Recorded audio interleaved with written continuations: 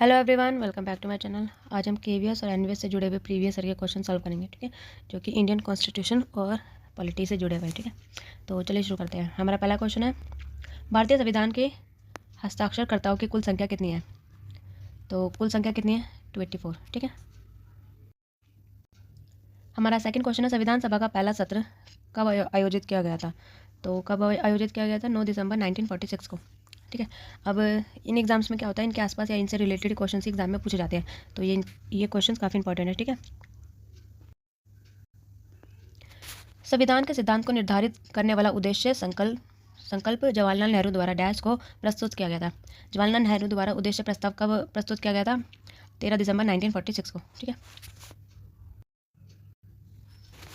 निम्नलिखित में से किसने भारतीय संविधान सभा की पहली बैठक की अध्यक्षता की थी? तो किसने की थी? सच्चिदानंद सिन्हा ने, ठीक है। सच्चिदानंद सिन्हा अस्थायी अध्यक्ष थे और राजेंद्र प्रसाद स्थायी, ठीक है। तो सबसे पहली बैठक के अध्यक्ष कौन हुए? सच्चिदानंद सिन्हा, ठीक है, इसे याद रखिए। निम्नलिखित में से कौन संविधान सभा की संघ शक्ति समिति का प्रमुख था? तो कौन था? जवाहरलाल नेहरू थे, ठीक है। अब इसमें क्या है, सारी जो समिति थी और जो इनसे जुड़े प्रमुख अध्यक्ष थे वो कौन कौन थे? प्रारूप समिति से कौन जुड़ा हुआ था? Doctor B R Ambedkar. प्रांतीय समिति, जिन्होंने प्रांत को ऑर्गेनाइज किया था, वो कौन थे? सरदार वल्लभ भाई पटेल। झंडा समिति, यानी झंडा किसने जो हमारी फ्लैग था उसकी समिति किसने संभाली थी? डॉक्टर राजेंद्र प्रसाद ने। और देसी रियासत समझौता, वो भी डॉक्टर राजेंद्र प्रसाद ने संभाली थी, ठीक है। तो इन्हें याद रखिए, ये काफ़ी इंपॉर्टेंट टॉपिक है। अगर ये क्वेश्चन आया तो इससे रिलेटेड क्वेश्चन भी आ सकते हैं। संविधान सभा की प्रारूप समिति का निम्नलिखित में से कौन सदस्य नहीं था? तो कौन सदस्य नहीं था?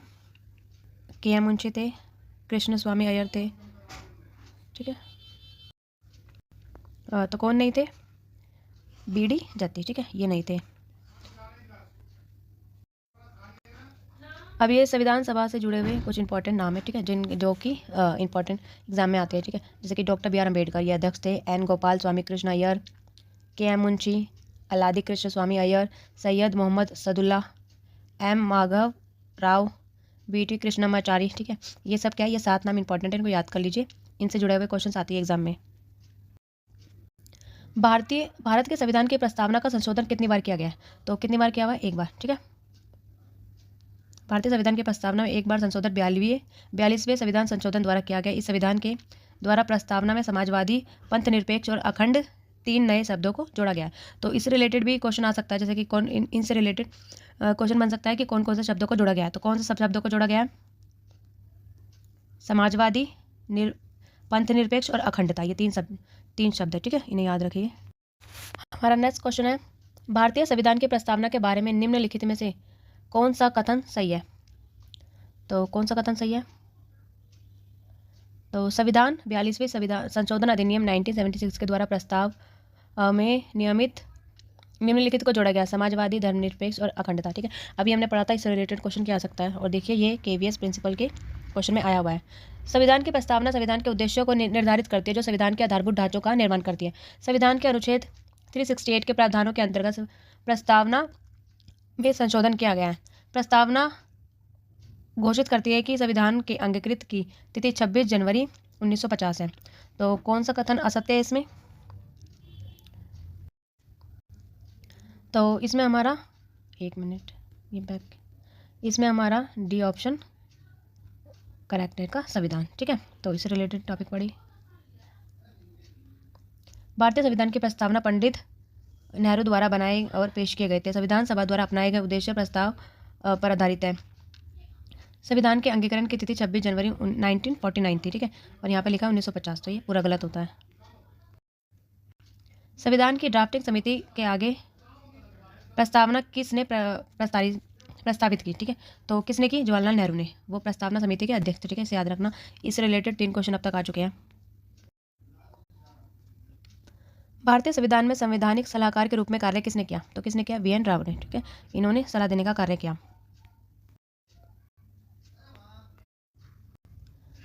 संविधान सभा के मसौदा समिति के अध्यक्ष कौन थे? तो ये तो बहुत ही इजी क्वेश्चन है, तो कौन थे? B R Ambedkar.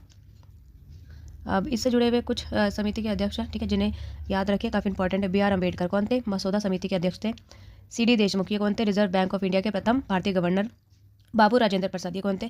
प्रथम राष्ट्रपति थे और संविधान सभा के अध्यक्ष थे। जवाहरलाल नेहरू कौन थे?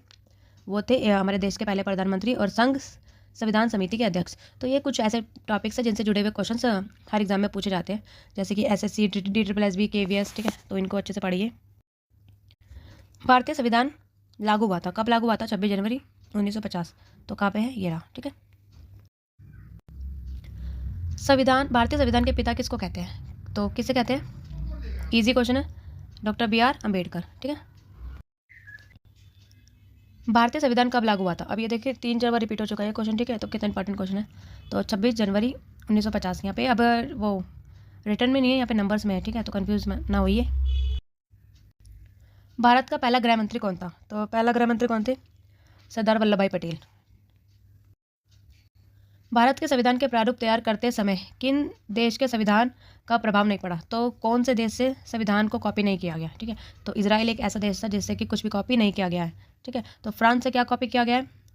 गणतंत्र, प्रस्तावना और स्वतंत्र, समानता, बंधुत्व जैसे सिद्धांतों को लिया गया है, ठीक है।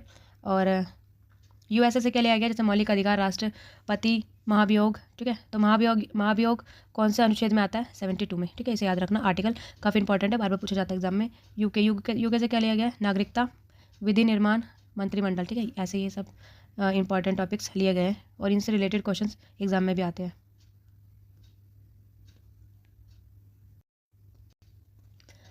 किस भारतीय कलाकार ने संविधान की हस्तलिखित कॉपी को अलंकृत किया? तो कौन थे? नंदलाल बोस, ठीक है, इसे आप याद रखिए। भारतीय संविधान ने संविधान की हस्तलिखित कॉपी को अलंकृत किया, तो वो थे नंदलाल बोस। अभी से जुड़े हुए कुछ और एडिशनल पॉइंट्स पढ़ते हैं। नंदलाल बोस ने संविधान की हस्तलिखित कॉपी को अलंकृत किया। संविधान का पांडुलेखन प्रेम बिहारी नारायण रायजादा द्वारा लिखा गया है। भारतीय संविधान की हस्तलिखित कॉपी हीलियम फाइन्स केस में संसद की केंद्रीय लाइब्रेरी में सुरक्षित है। अब इसमें क्या होता है, अगर ये क्वेश्चन आए ना तो इससे रिलेटेड ये जो एडिशनल पॉइंट्स हैं ना, ये भी एग्जाम में पूछ ले जाते हैं, क्योंकि एग्जाम्स में ज़्यादातर वही आता है जो रिपीटेड होता है, ठीक है। इन्हीं के आसपास क्वेश्चन बनते हैं एग्जाम में। ये देखिए ये क्वेश्चन फिर से आ गया। स्वतंत्रता के पश्चात भारत के पहले गृह मंत्री कौन थे? तो अभी हमने पढ़ा था, ठीक है, सरदार वल्लभ भाई पटेल। अब फिर से रिपीट हो गया है।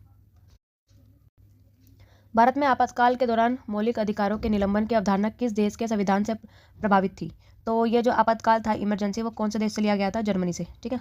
जर्मनी में, जर्मन से याद रख लेना, हिटलर से वो आपातकाल यानी इमरजेंसी लेकर आया था, ठीक है। इस तरीके से ये जर्मन और आपातकाल याद रहेगा, ये दोनों एक दूसरे से इस तरह से कनेक्टेड हो जाएंगे, ओके। संविधान, भारतीय संविधान क्या है? कठोर है, स्थिति के अनुरूप परिवर्तनशील है, आंशिक रूप से कठोर, आंशिक रूप से परिवर्तनशील है, ना तो कठोर है ना ही परिवर्तनशील है। तो इसका आंसर क्या होगा?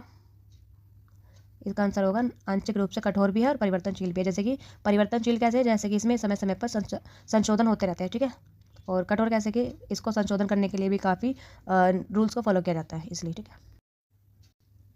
संपत्ति का अधिकार एक है। संपत्ति का अधिकार क्या है? कानूनी अधिकार। तो ये इससे रिलेटेड भी काफ़ी क्वेश्चन आते हैं। जो 44 संविधान संशोधन हुआ था ना 1978, ये डेट याद रखिए। और कौन सा संविधान संशोधन था? 44, ठीक है।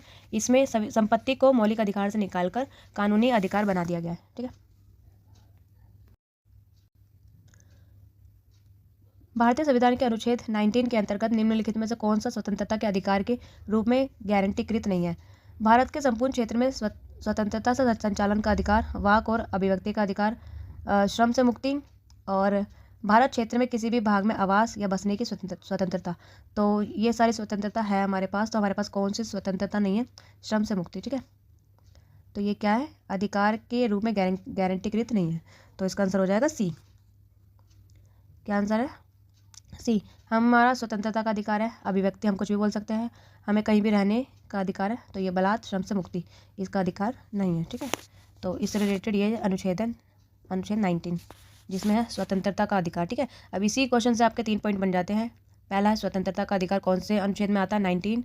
और इनमें कौन कौन से टॉपिक्स है? तो ये भी है, ये भी है, ये भी है, ओके। अब ये देखिए, भारतीय संविधान अनुच्छेद 19 से जुड़े हुए 6 प्रकार की स्वतंत्रता की गारंटी सरकार ने हमको इसमें दी हुई है लिखित रूप में।